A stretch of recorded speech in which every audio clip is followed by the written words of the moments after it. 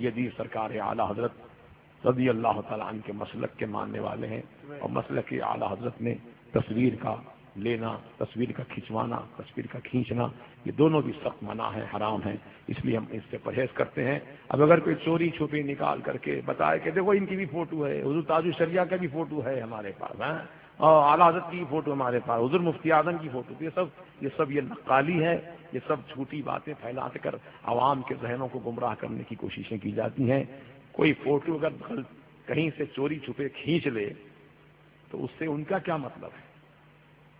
اگر کوئی میری فوٹو چوری چھپے کھینچ لیا ہے، جیسے میں نے دیکھ لیا تو ان کو منع کیا کہ فوٹو مت لو۔ اگر کوئی پیچھے سے دائیں بائیں سے اس کی میری طرف میری نظر ادھر نہیں گئی، ادھر سے کھینچ لیا تصویر، اور بتایا کہ مولانا دیکھو تقریر میں تو بولے تصویر نہیں لینا چاہیے، ان کی خود تصویر ہے یہ، اس کا کیا مطلب ہوا؟ میں نے اس کو اجازت دی تھی تصویر کھینچنے کے لیے، پرمیشن دیا تھا، وہ گناہ گار ہے، وہ جھوٹا ہے، مکار ہے، جو تصویریں دکھا کر عوام کو گمراہ کرنا چاہتا ہے۔ یاد رکھیے مسلک اعلیٰ حضرت میں جھول نہیں ہے، الحمدللہ جو بات ہے کھری کھری بات ہے، اور مسلک اعلیٰ حضرت دو دھاری تلوار کا نام ہے، یہاں اپنے بھی کٹتے ہیں پرائے بھی کٹتے ہیں، اس لیے بہت سوچ سمجھ کر مسلک اعلیٰ حضرت کا نعرہ لگانا اور مسلک پر سختی سے عمل پیرا ہو جانا، انشاءاللہ دنیا اور آخرت میں سنور جاؤ گے، کامیاب ہو جاؤ گے۔ اور موجودہ زمانے میں علوم میں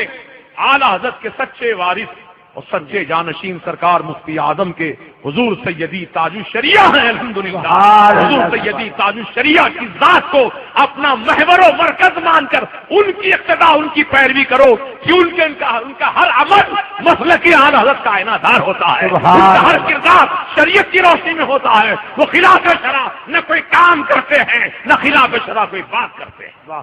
نعرہ تکبیر، نعرہ رسالت، علماء اہل سنت، جشن غریب نواز، مسلک اعلیٰ حضرت، فیضان اعلیٰ حضرت، فیضان تاج الشریعہ۔ عوام الناس کو میں یہی مشورہ دیتا ہوں، یہی خیر خواہی کی بات کہتا ہوں کہ اب مسلک اعلیٰ حضرت کو جاننا، پہچاننا، پڑھنا، سمجھنا بہت بڑی بات ہے، بہت اعلیٰ درجے کا کام ہے۔ اب آپ کے پاس اتنا وقت نہیں ہے، کاروبار میں، بزنس میں، اپنی کام میں لگے ہیں، اب اعلیٰ حضرت کے مسلک کو کب پڑھیں گے، کب عمل کریں گے؟ حضور سیدی تاج الشریعہ کو دیکھتے جاؤ، جیسا وہ عمل کر رہے ہیں تم بھی ویسا عمل کر لو، مسلک اعلیٰ حضرت سے عمل ہو جائے گا۔ ہاں، ان کو اپنا مقتدا مان لو، ان کو اپنا رہبر مان کر عمل کرو، اور جتنے مخالفین اعلیٰ حضرت ہیں، جتنے ہیں، چاہے وہ کوئی ہو، کہیں کا ہو، کسی گھرانے کا چشم و چراغ ہو، اگر مسلک اعلیٰ حضرت کے خلاف بولتا ہے تو ہمارا اس سے کوئی رشتہ ناتا نہیں، رشتہ ناتا تو اس کی بنیاد پر ہوگا جب ایمان سلامت رہے گا، جیسا کہ حضور محدث اعظم ہند رحمت اللہ علیہ نے کیا خوب فرمایا کہ فضل ایمان پر ہے، فضل نسب بھی موقوف، فضل ایمان پر ہے، فضل نسب بھی موقوف، بو لہب کے ہاتھ نہ لگا تبت کے سوا۔